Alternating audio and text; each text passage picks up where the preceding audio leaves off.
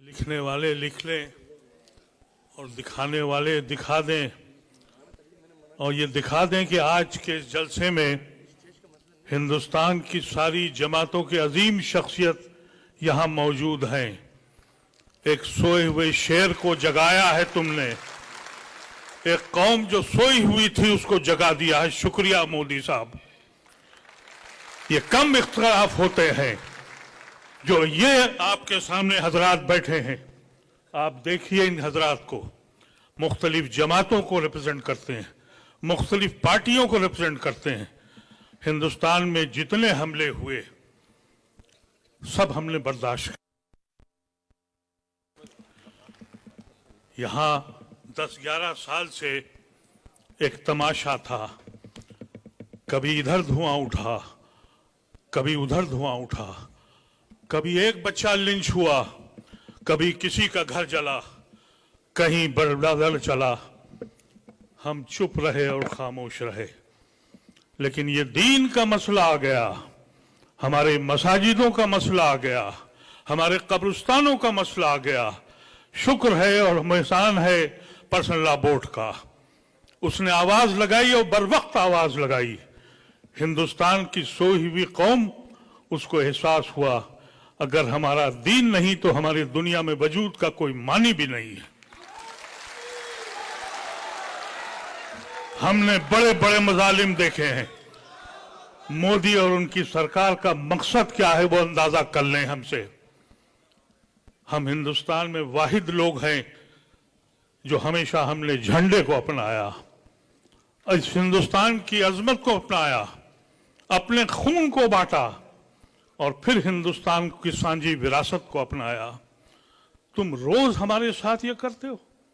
एक बात मैं बावर कर दूं आपसे, सुप्रीम कोर्ट में जो 2 मसाइल अटके हुए हैं जिस पे 5 तारीख को मसला है, पूरे पार्लियामेंट के अंदर एक एक मेंबर कहता रहा कि ये गैर कानूनी है, खुदारा इसको मत लाइए। लेकिन अपनी अक्सरियत के जोम में वो ले आए। सुप्रीम कोर्ट यकीनी तौर पर अगर उसकी को अपनी अजमत कायम रखना है, वो मुहाफिज है हिंदुस्तान के आइन का, तो वो ये 2 या 3 मसले जिस पे आज रुका बहस है वो इंशाअल्लाह उस पे स्टे लगेगा। लेकिन ये मत समझिएगा कि आपकी बचत हो गई है। पूरा का पूरा कानून नाकिस है। बहुत सी चीजें ऐसी हैं जो आप सोच भी नहीं सकते।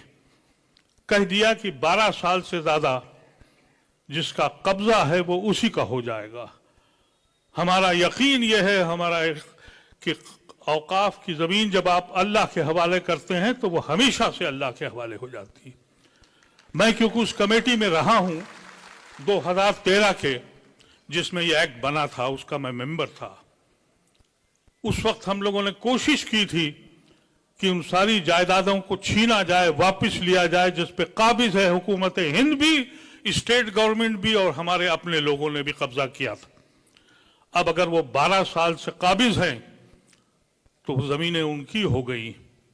और मोदी ये कहता है कि हम गरीबों की भला कर रहे हैं। तुम औकाफ की जमीनों को छीन कर किसका भला करने जा रहे हो? मोदी ये कहता है कि हम औरतों के लिए बहुत फायदा करने वाले हैं। औरतों के तो हुकूक ही छीन लिए उसने ये कह दिया कि 5 साल आपको प्रैक्टिसिंग मुसलमान होना है।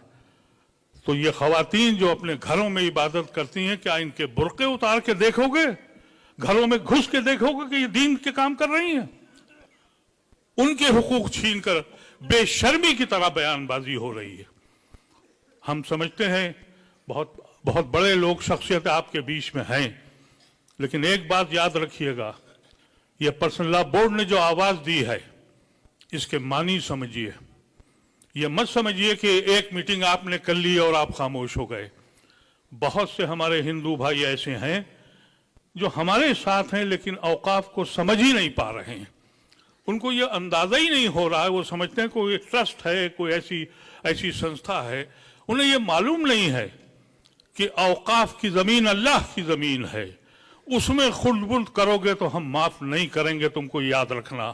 और अल्लाह भी तुमको माफ नहीं करेगा। इसका एहसास तुम लोगों को होना चाहिए।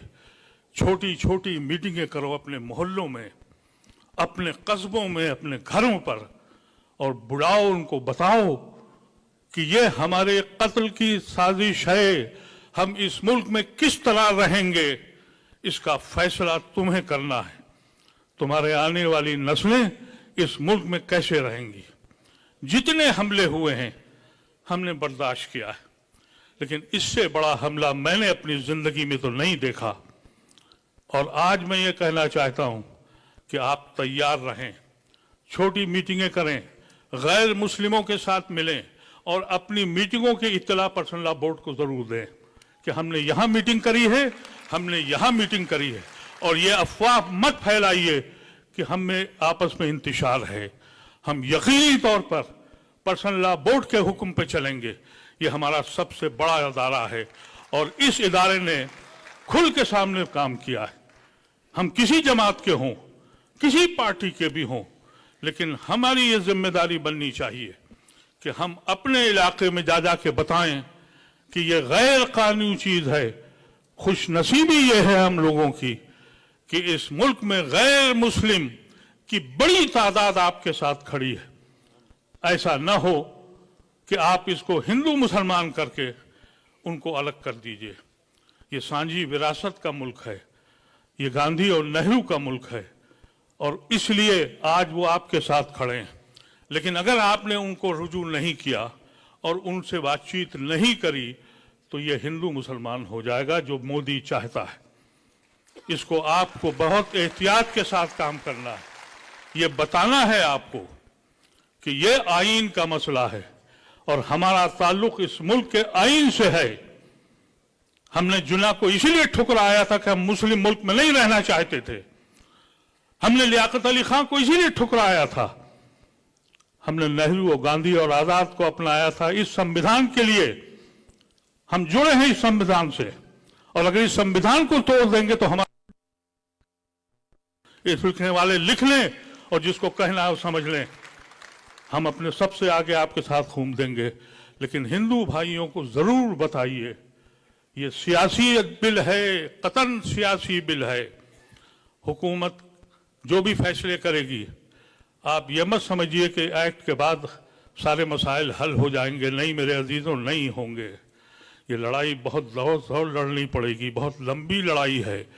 जब तक कि ऐसे लोगों को आप हुकूमत से बाहर नहीं फेंकेंगे आप महफूज नहीं हैं। तैयारी करिए कि हिंदुस्तान के सारे जेल छोटे पड़ जाएं, वहां जगह न रहे।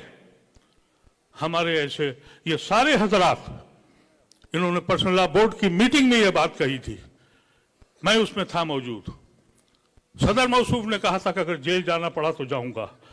सेक्रेटरी जनरल ने कहा था जेल जाऊंगा। अगर ये जाते हैं तो मेरा ऐसा मामूली इंसान भी अपनी आखिरी सांसें जेल में उतारने के लिए तैयार है। आप तैयार हैं?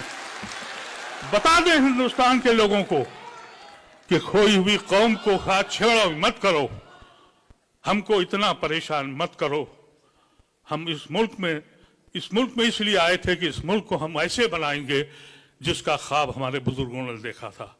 हम इन अल्फाज के साथ हम गुजारिश करते हैं आप हजरात से कि ये सिर्फ जलसा समझ के मत चले जाइएगा, पैगाम लेके जाइएगा जो पर्सनल लॉ बोर्ड आपको पैगाम देगा।